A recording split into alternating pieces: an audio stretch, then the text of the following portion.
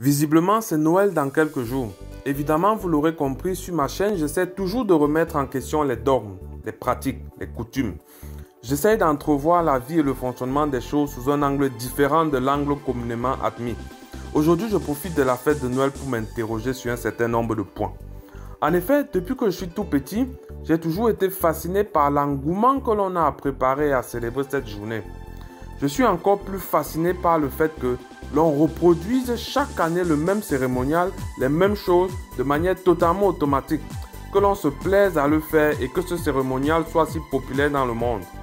Vous savez, chaque fois que quelque chose vous semble routinier, chaque fois que quelque chose fait l'unanimité, en réalité, un questionnement s'impose.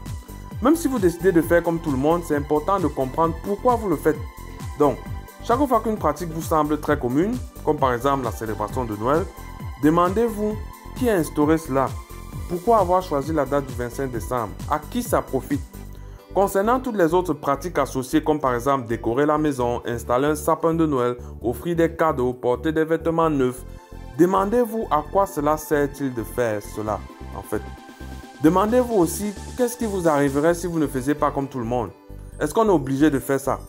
Évidemment, je ne suis pas en train de te dire de ne pas célébrer Noël ou de ne pas te conformer à toutes les conventions sociales associées à cet événement. Je te demande juste de t'interroger avant de faire comme tout le monde. En réalité, pourquoi je dis ça? Eh bien, c'est parce que le fait de suivre la masse, de faire comme tout le monde, peut avoir pour certaines personnes des conséquences fatales. Par exemple, il y a des endroits sur cette planète où le jour de Noël, les gens font la fête, mangent, boivent, dépensent leur argent comme si le lendemain n'existait pas. Et ils justifient cela en disant que c'est la fête. Mais en réalité, ils ont complètement tort. Si tu es dans une situation financière difficile ou précaire, tu n'es pas obligé de faire comme tout le monde. Souvent, j'entends des personnes se plaindre qu'elles n'ont pas d'argent et qu'à cause de cela, elles vont passer des fêtes tristes. En fait, elles ont tort. Si tu n'as pas assez d'argent pour les fêtes, c'est parce que tu as certainement d'autres priorités, d'autres contraintes plus importantes à gérer avec ton argent. Et tu dois savoir qu'il n'y a absolument aucun mal à cela. Tu n'as pas à être triste. Tu n'es pas obligé de faire comme tout le monde. Tu dois savoir faire des choses utiles pour toi et en être fier, même si cela t'empêche de suivre la masse et de faire comme les autres. Donc si tu n'es pas capable d'acheter un nouveau vêtement à Noël ou de décorer ta maison, ne le fais pas. Si tu n'es pas capable de faire la fête, d'acheter à manger et à boire abondamment, ne le fais pas.